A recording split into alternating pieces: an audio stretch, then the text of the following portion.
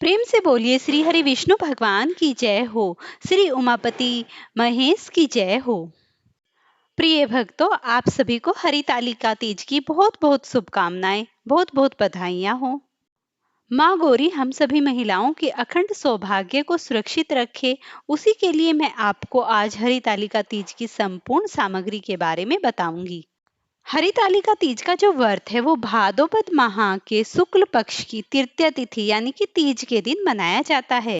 कई जगह पर इस व्रत को गौरी तृतीया के नाम से भी कहते हैं और कई जगह पर इसे गौरी व्रत के नाम से भी पुकारा जाता है। और हरितालिका तीज साल भर में आने वाली तीज में सबसे बड़ा और प्रमुख त्योहार होता है। हरितालिका तीज का व्रत ऐसा है जो एक बार रख लिया है किसी ने तो उसे जीवन भर रखना पड़ता है। इस व्रत को एक बार धारण करने के बाद इसे कभी भी छोड़ा नहीं जाता और इस व्रत को बिल्कुल निर्जल और निराहार रहकर किया जाता है।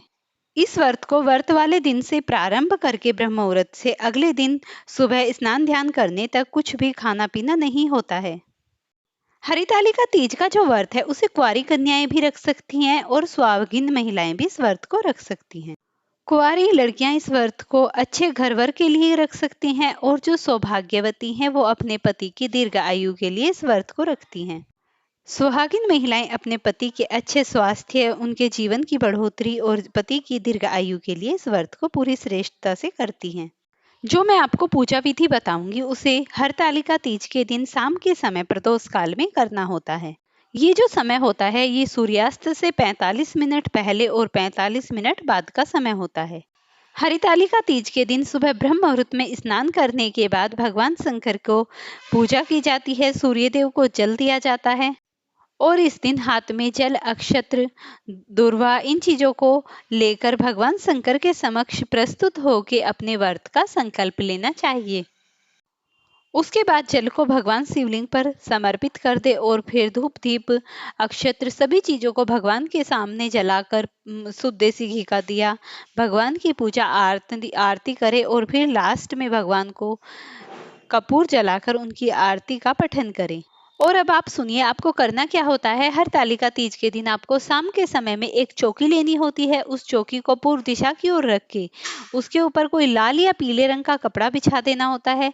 फिर उसके ऊपर आपके घर में जो भी शिव परिवार या जो भी मूर्तियां हैं उन्हें स्थापित कर दें। उन मूर्तियों को स्थापित करने के बाद उन्हें शुद्ध गंगा जल से स्नान कराएं। और हाँ, अगर हम घर पर पूजा करते हैं तो इस दिन एक काम और किया जाता है। जलाधारी की जगह भगवान शंकर के पास फुलेरा बांधा जाता है ताकि घर में जल भी ना खिंडे और फुलेरे से भगवान शिव को जलाधारी के हम भगवान शिव की प्रतिमाओं को प्रसन्न करने के लिए भगवान शिव को उसे स्थापित भी कर देते हैं। ऐसा भी कहा जाता है हरतालिका तीज के दिन भगवान शंकर को 5 कलर के फूलों की 5 मालाएं समर्पित करने का विधान है जो भगवान शंकर की 5 पुत्रियों को समर्पित होती हैं जिनका नाम है जया, विशैला, सामली वाली, देव तथा तोतली हैं। भगवान शंकर की 5 पुत्रियों की पूजा नाग पंचमी के दिन भी की जाती है। फुलेरा को बनाने में ज्यादा समय लगता है लेकिन एक बात का ध्यान रखा जाता है, फुलेरा को हमें हमेशा ताजे और शुद्ध फूलों का ही बनाना चाहिए। और आप उस चौकी के ऊपर माता पार्वती भगवान शिव की प्रतिमा को स्थापित कर सकती हैं। लेकिन मूर्ति को स्थापित करते समय जो आपको एक बात है उसका ध्यान रखना है, उसके नीचे सबसे पहले थोड़े से अक्षत्र डालें और उसके बाद उस मूर्ति को वहां पर विराजमान कर देना चाहिए। माता की चौकी लगाने के बाद कलश स्थापना करनी चाहिए। कलश स्थापना आपको इस प्रकार करनी चाहिए, आप जो पात्र लें वो तांबे का हो, स्टील का हो या फिर मिट्टी का हो। वैसे मिट्टी का ज़्यादा शुद्ध होता है। फिर आपको उसमें करना क्या है, 2 हल्दी की गांठ, 2 लौंग, 1 सुपारी, 1 सिक्का, थोड़े से अक्षत्र इन्हें डालकर आप अपने कलश को वहां पर विराजमान कर सकते हैं।